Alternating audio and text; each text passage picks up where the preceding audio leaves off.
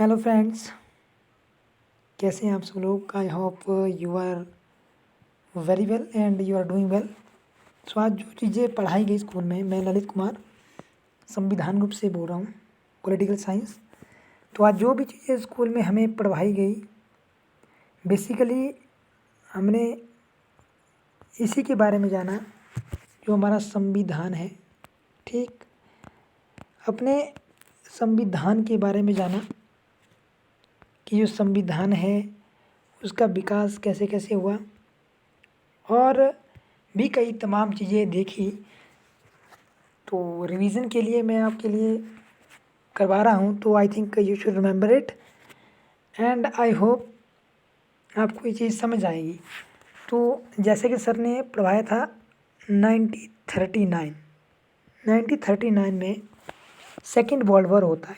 Second world war, मैं short form में चीज़ों को लिख रहा हूँ because I have absence of resources, तो इसलिए मेरे को करना पड़ रहा है।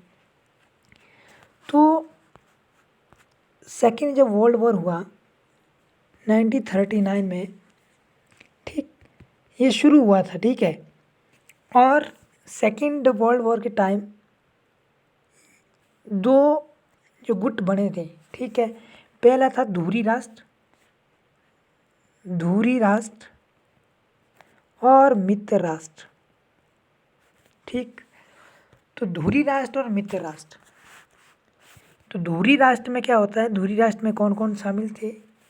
जर्मन, या जिसको जर्मनी बोलते हैं। मैं इसको बिल्कुल सिंपल फॉर्म में लिख देता हूँ। जर्मन, दूसरा जापान, तीसरा है इटली, ठीक, इटली है तीसरा, ठीक। तो ये तीन थे। और दूसरी तरफ हम देखें तो हमारा यूके यानी कि यूनाइटेड किंगडम, यूएसएसआर यानी कि यूनाइटेड सोवियत सोशलिस्ट रिपब्लिक, जिसको सोवियत संघ का नाम भी दिया गया था। तो ये इन्होंने द्वितीय विश्व युद्ध में भाग लिया, ठीक है। जिसमें जो हमारा मित्र राष्ट्र वो जीत जाता है और हमारा जो धुरी राष्ट्र था वो हार जाता है। लेकिन ऐसा नहीं था कि जो जीत गया उसकी इकॉनमी इफेक्टेड नहीं हुई। वो भी जिसकी मतलब युद्ध जीता, जैसे इंग्लैंड ने युद्ध जीता तो उसकी इंग्लैंड की इकॉनमी भी प्रभावित हुई, वो उसके भी चिथड़े बन गए। तो ऐसा नहीं है कि कोई देश अगर जीत गया तो वो सेफ रहा, उसकी इकॉनमी को भी बहुत प्रभाव पड़ा। हालांकि मित्र राष्ट्र जीत गया था, तो इसीलिए हम इस चीज़ को पढ़ रहे हैं। हालांकि आज़ादी के लिए हमारे भारत के लोग पूरी तरह से तैयार नहीं थे। पूरी तरह से आज़ादी के लिए तैयार होते 1942 में, ठीक है। 1942 में जो इंडियंस थे वो अपनी आज़ादी के लिए बिल्कुल तैयार हो जाते हैं। वो उन्होंने मन बना लिया था कि वी वांट फ्रीडम, तो मन बना लिया था। तो बात है 8 अगस्त, ठीक है, 8 अगस्त 1942, ठीक है। इस दिन क्या होता है, क्विट इंडिया मूवमेंट, QIM लिख रहा हूँ मैं, क्विट इंडिया मूवमेंट चलाया गया। बड़े गौर से मेरी बातों को सुनेंगे क्योंकि it's very important to understand this concept, because यहीं से शुरुआत होगी। मैं आपको पढ़ाते जाऊंगा, अगले क्रिप्स मिशन भी आएगा। अगर आपने इसको समझ लिया तो एक बार आपको रिमेंबर हो जाएगा दिमाग में कि क्या क्या चीज़ें घटित हुई थी and what topic that you should study. तो 8 अगस्त 1942 को क्या होता है, क्विट इंडिया मूवमेंट, भारत छोड़ो आंदोलन, ठीक है। और आप इसी में याद रखेंगे कि 9 अगस्त 1942 चला है हमारा, ठीक है। उस दिन राष्ट्रव्यापी हड़तालें होने लगी। 8 अगस्त को ये आंदोलन का मन बना लिया कि क्विट इंडिया मूवमेंट होगा। 9 अगस्त को हड़तालें शुरू हुई। हालांकि ये जो आंदोलन था ये कुचला गया, लेकिन फिर भी इसका प्रभाव दिखाई देने लग गया कि नहीं, अब भारतीयों को की आज़ादी की ज़रूरत है। तो फिर आगे आगे अब इस आंदोलन में आप याद रखेंगे जो 8 अगस्त 1942 में क्विट इंडिया मूवमेंट था, क्विट इंडिया मूवमेंट। इसमें महात्मा गांधी, MG लिख रहा हूँ मैं, ठीक है, महात्मा गांधी। तो महात्मा गांधी ने एक नारा दिया था, दैट इज़ डू एंड, या जगह का मैं 1 मिनट फिर से लिखता हूँ इस चीज़ को, आपको याद रह गया कि महात्मा गांधी ने दिया था डू एंड डाई, या तो करना है या तो मरना है। अगर आज कर दिया तो definitely we will get freedom, and आज नहीं किया तो हम फ्रीडम नहीं हासिल कर पाएंगे।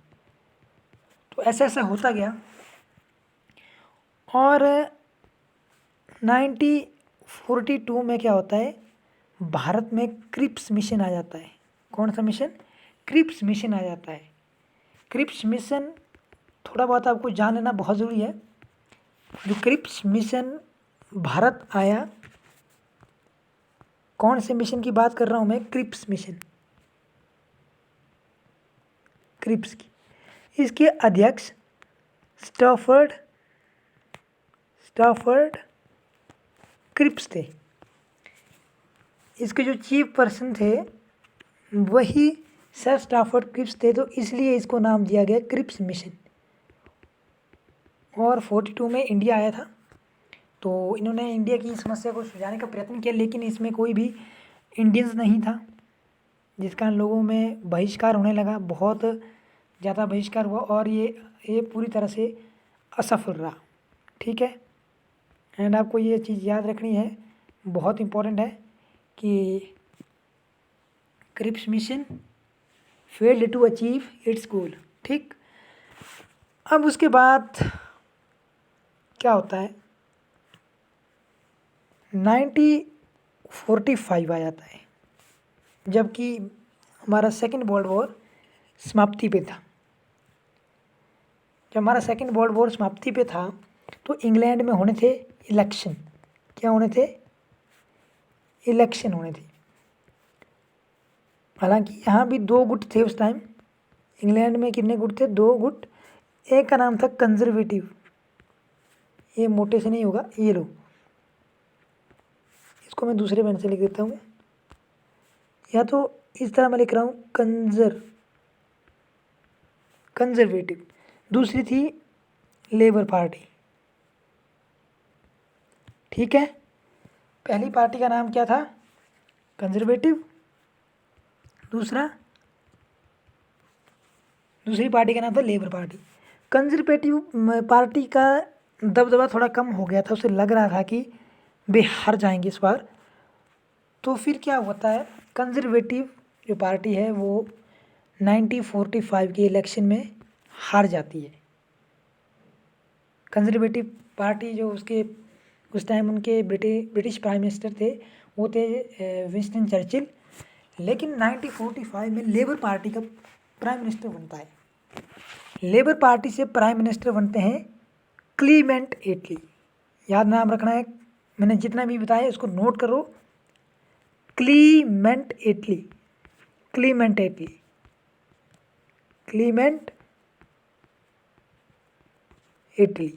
ठीक, तो क्लीमेंट एटली 1945 को प्राइम मिनिस्टर बने।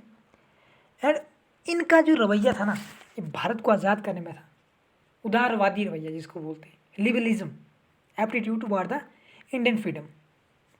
ठीक है, इन्होंने सोच लिया था कि अब हम क्या करेंगे, देश को आज़ाद करेंगे। और इन्हीं की अध्यक्षता में क्या होता है, इन्हीं की अध्यक्षता में, अध्यक्षता नहीं बोल सकते, इन्हीं की उपस्थिति बोल सकता हूँ मैं, 1946 में इंडिया में कैबिनेट मिशन प्लान आ जाता है, यानी कि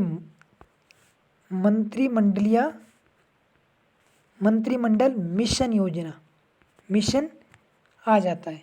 मैं शॉर्ट लिख रहा हूँ तो आपको बात सुननी है कि मंत्रिमंडल मिशन। ठीक, तो 1946 में क्या होता है, मंत्रिमंडल मिशन आ जाता है।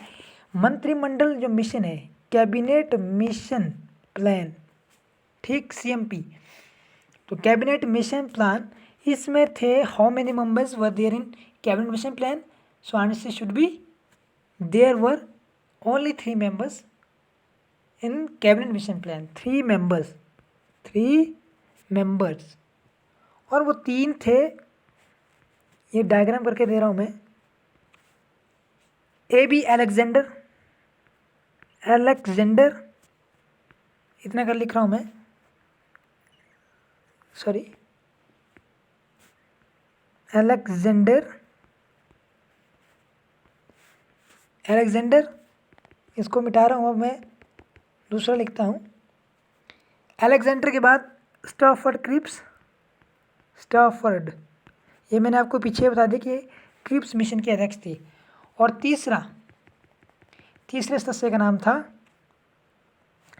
Pethick Lawrence, Lord Pethick Lawrence. और आपको याद रखना है, इस जो मिशन के अध्यक्ष थे वो लॉर्ड पैथिक लॉरेंस थे, ठीक।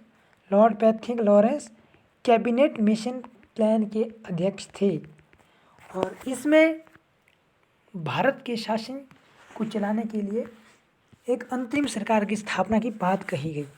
और जो अंतरिम सरकार, मतलब इसमें कहा गया, मतलब सभी इंडियंस मेंबर्स होंगे, मतलब इंडियन जो मेंबर्स है वो अपने आप अपना भारत का संविधान चुने, कैसा वो चाहते हैं, तो मतलब खुद ही निर्धारित करें। तो इसके अधीन एक अंतरिम सरकार हुई, ठीक है। अंतरिम सरकार को समझाने से पहले मैं चाहूँगा कि हम जुलाई 1946 इलेक्शन की बात कर लें, ठीक है, क्योंकि जुलाई 1946 में इलेक्शन हुए जिसमें कांग्रेस को बहुमत मिला, ठीक है। कांग्रेस को क्या मिला, बहुमत मिला था।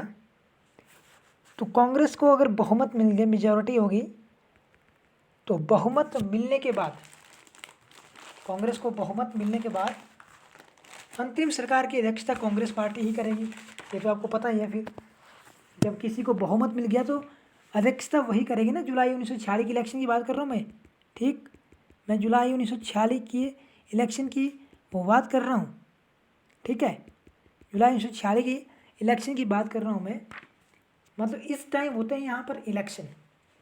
ये आपको बहुत इम्पोर्टेंट पॉइंट है कि जब इलेक्शन होते हैं तो इसमें कौन पार्टी कैसी रही, तो ये भी जानना आपके लिए बहुत आवश्यक हो जाता है। मेजॉरिटी किसको आई, कांग्रेस को, ठीक है। जुलाई 1946 के जो चुनाव होते हैं उसमें रहते हैं कांग्रेस को ठीक सा, ठीक है, कांग्रेस को अच्छा प्रदर्शन मिलता है इसमें, और उन्हीं को ही क्या होता है, उन्हीं को दिया जाता है ये चीज़, ठीक है। तो जुलाई 1946 में एक और पॉइंट मैं लिखा रहा हूँ आपको। जुलाई 1946 में आई थिंक 296 मतलब सीटों के लिए वोट होने थे, इलेक्शन होने थे 296 के लिए, जिसमें जो है 208, जिसमें 208 आते हैं INC, इंडियन नेशनल कांग्रेस। 73 आती है हमारी मुस्लिम लीग जो थी पार्टी, और 15 जो है वो आते हैं अदर पार्टीज़ के लिए, अदर पार्टी, OP लिख रहा हूँ मैं, ठीक है। तो ये क्राइटेरिया रहता है। तो इसमें देखो बहुमत आपको पता है कि इस सरकार को ज़्यादा मिल गया, तो इन्हीं के द्वारा ही अब अंतरिम सरकार की गठना की जाएगी। फिर अंतरिम सरकार 2 सितंबर, डेट याद रखनी है, 1946 को बनाई गई, जिसके जो प्रमुख व्यक्ति है वो पंडित जवाहरलाल नेहरू को बनाया गया था। हालांकि अंतरिम सरकार का मतलब भारत का ही एक नेता शासन चला रहा है, लेकिन अभी नियंत्रण किसका है, अंग्रेजों का ही है। तो ये चीज़ें हैं इसमें हमें समझने के लिए, ठीक है। तो ऐसी ऐसी चीज़ें रही। तो फिर तब जाकर फिर हमने मतलब जुलाई 1946 जब हमारा संविधान बनके तैयार हुआ, वो डेट 26 नवंबर मोटा हो गया पेन थोड़ा। वो डेट 26 नवंबर 1949 ईस्वी की है, जब हमारा संविधान बनकर तैयार हुआ था। जब संविधान बनकर तैयार हुआ था तो उस टाइम बनकर तैयार हो गया। और इसको कई बार क्वेश्चन आ जाता है कि संविधान को बनाने में कितना समय लगेगा, तो आंसर विल बी 2 ईयर, 2 साल 11 महीने 18 दिन। ईयर मंथ डेज है ना, 2 साल 11 महीने 18 दिन में हमारा संविधान बनकर तैयार हुआ। लेकिन इससे पहले हम कुछ इम्पोर्टेंट चीज़ों को देख लेते हैं, जैसे कि ये हम बैठ के देख लेते हैं, संविधान सभा की बैठक पे चर्चा करते हैं। ठीक, संविधान सभा की बैठक पर चर्चा की जाए। तो संविधान सभा की बैठकें, तो यहाँ मैंने लिखा है प्रथम बैठक। प्रथम बैठक हुई थी 9 दिसंबर 1946 को, और कहाँ हुई थी? न्यू दिल्ली में। ठीक है, 9 दिसंबर 1946 को संविधान सभा की बैठक हुई। संविधान सभा बहुत सभा थी जिसका प्रमुख कार्य संविधान के प्रारूप को तैयार करना था, संविधान को तैयार करना था। और पहली जो ये में है 211 सदस्य थे, 211 सदस्य शामिल हुए। ठीक है, पहली जो बैठक हुई 9 दिसंबर 1946 को, तो इसमें 211 सदस्यों ने भाग लिया। और इसकी जो अध्यक्षता है, यानी कि ये इसके अध्यक्ष रहे, वो रहे डॉक्टर सच्चिदानंद सिन्हा। क्योंकि वे प्रमुख व्यक्ति थे, इसलिए उनको बागडोर संभाल दी कि आप ही अध्यक्षता करेंगे। What doctor Sachchidanand Sinha was the temporary chief person of the constitute assembly. ठीक है, टेम्पररी थे, अस्थाई, अस्थाई मैंने लिखा ही है नोट्स पे, अस्थाई। ठीक, तो डॉक्टर सच्चिदानंद सिन्हा क्या है, यहाँ लिखा है देखो, अस्थाई सदस्य। डॉक्टर सच्चिदानंद सिन्हा ने की, ये जीके क्वेश्चन है, 9 दिसंबर 1946 को प्रथम बैठक हुई संविधान सभा की न्यू दिल्ली में। 211 सदस्यों ने भाग लिया, और जिसमें सच्चिदानंद सिन्हा ने क्या किया? अध्यक्षता की चीज़ की। और मुस्लिम जो लीग है उसने उसका बहिष्कार किया। बहिष्कार का मतलब बायकॉट करना। ठीक, बायकॉट मतलब उसको नहीं मानना, इनकार करना। फिर संविधान सभा की सेकंड मीटिंग हुई, होती है 11, मतलब इसी उद्देश्य की पूर्ति के लिए कि अब स्थायी सदस्य कौन बना है, स्थायी अध्यक्ष कौन बना है। 9 दिसंबर वाली मीटिंग में ये डिसाइड हुआ था कि अगली मीटिंग में हम एक संविधान सभा का एक स्थायी अध्यक्ष चुनेंगे।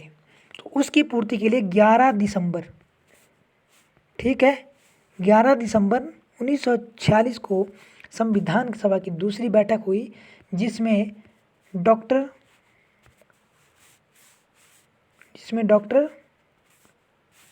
ये कैसे, हाँ, ये डॉक्टर राजेंद्र प्रसाद को, यहाँ लिखा है देखो, को अध्यक्ष बनाया गया। वो भी स्थायी, अब ये स्थायी है।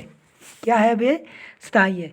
दोस्तों पता लग गया आपको कि फर्स्ट मीटिंग 9 दिसंबर 1946, सेकेंड मीटिंग, आपको 3 चीज़ें याद रखनी है। इसको मैं एक पेज में फिर से समझा देता हूँ। ठीक, तो इधर समझा देता हूँ फिर से। ठीक है, पहली मीटिंग हुई 9 दिसंबर 1946, है ना। आपको 3 चीज़ें इसके संबंध में याद रखनी है। पहला तो है कि कहाँ हुई। यहाँ पहले आपको क्वेश्चन पूछा जाएगा कि संविधान सभा की प्रथम बैठक कब हुई, तो आपने याद रखना है कब हुई, कहाँ हुई। न्यू दिल्ली, आपको पता है दिल्ली में हुई। कितने सदस्य ने भाग लिया? 211। और किसने अध्यक्षता की? तो डॉक्टर सच्चिदानंद सिन्हा। ठीक है, डॉक्टर सच्चिदानंद सिन्हा, और वे अस्थायी थे। दूसरी मीटिंग जब होती है संविधान सभा की 11 दिसंबर 1946 की बात है, यहाँ पर संविधान सभा ने अपने एक स्थायी अध्यक्ष चुना जिनका नाम डॉक्टर राजेंद्र प्रसाद था और संविधान सभा के अध्यक्ष वही थे। ठीक है, तो ये मैं समझाना चाहता आपको। अब देखते हैं तीसरी बैठक की तरफ। ठीक है, अब तीसरी बैठक की तरफ, संविधान सभा की तीसरी बैठक। ठीक है, संविधान सभा की तीसरी बैठक हुई 13 दिसंबर 1946 को। लिखा है, पढ़ सकते हैं। तो 13 दिसंबर 1946 को हुई। तो 13 दिसंबर 1946 ईस्वी को पंडित जवाहरलाल नेहरू ने संविधान सभा में उद्देश्य प्रस्ताव रखे। ठीक है, प्रमुख बात याद रखो, 9 दिसंबर 1946 को पहली मीटिंग हुई, सच्चिदानंद सिन्हा अस्थायी सदस्य थे। दूसरी मीटिंग की बात याद रखो, 11 दिसंबर 1946 राजेंद्र प्रसाद को क्या बनाया गया, संविधान सभा का स्थायी अध्यक्ष बनाया गया। तीसरे बैठक की बात याद रखो, 13 दिसंबर 1946 को हुई और इसमें पंडित जवाहरलाल नेहरू ने ऑब्जेक्टिव रिजोल्यूशन रखे संविधान सभा में। इसमें 8 अनुच्छेद थे। ठीक है, यही आगे संविधान की प्रस्तावना जो हमारी प्रियम्बल है। ठीक है, तो प्रियम्बल का ढांचा बनके यही तैयार हुई, क्योंकि जो हमारी इंडियन कॉन्स्टिट्यूशनल प्रियम्बल है उसका आधार यही। आप देखेंगे जब हम पढ़ते हैं इसको कि हम भारत के लोग भारत को एक संपूर्ण प्रभुत्व संपन्न समाजवादी पंथ निरपेक्ष लोकतंत्रात्मक गणराज्य बनाने के लिए ऐसे देखते हैं आप वर्ड। और यहाँ देखिए यही भी अनुच्छेद कहते हैं भारत एक स्वतंत्र प्रभु संपन्न गणराज्य होगा। ठीक, देखो प्रभु संपन्न शब्द यूज है। तो इसमें कुल मिलाकर सारी चीज़ें, अब हम डिटेल में नहीं जाएंगे, तो आप चाहे तो यहाँ से पढ़ सकते हैं। तो ये चीज़ रही थी संविधान में। तो ऐसी ऐसी चीज़ें रही हैं और अंततः हमारा जो संविधान है वो 26, आपको पता ही होगा, 26 जनवरी 1950 ईस्वी को पूरे देश में लागू हुआ। ठीक है, 26 जनवरी 1950 को, और बन के तैयार हुआ था 26 नवंबर 1949 को। और इसी दिन संविधान को अंगीकृत या आत्मर्पित किया था, ग्रहण किया था।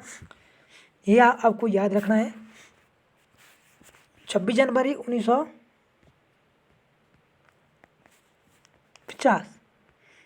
और ये याद रखो कि क्यों 26 जनवरी को ही रखा गया। ठीक है, मतलब कई बार क्वेश्चन, मतलब समटाइम्स क्वेश्चन दिमाग में आते रहते हैं कि कोई स्पेसिफिक डे के पीछे कुछ ना कुछ वजह हो सकती है या होती है। तो उस वजह को जानने का प्रयास करना चाहिए, because if you would have a great knowledge, if you would have deep knowledge of regarding any kind of topic, so it would be easy to crack the exam for yourself. Definitely you will crack the exam. अगर आपके पास एक deep जानकारी होगी किसी चीज़ के पीछे, तो आप रटना बंद कर देंगे। सबसे पहली बात तो आप रटना ही बंद कर देंगे, क्योंकि आप जानते हैं कि कहाँ से क्या है। ठीक है, तो आप जानते ही होंगे। तो हम यहाँ देखेंगे कांग्रेस का लाहौर अधिवेशन। ठीक है, कांग्रेस का लाहौर अधिवेशन। ठीक है, लाहौर अधिवेशन, कांग्रेस का लाहौर अधिवेशन। कांग्रेस का जो लाहौर अधिवेशन है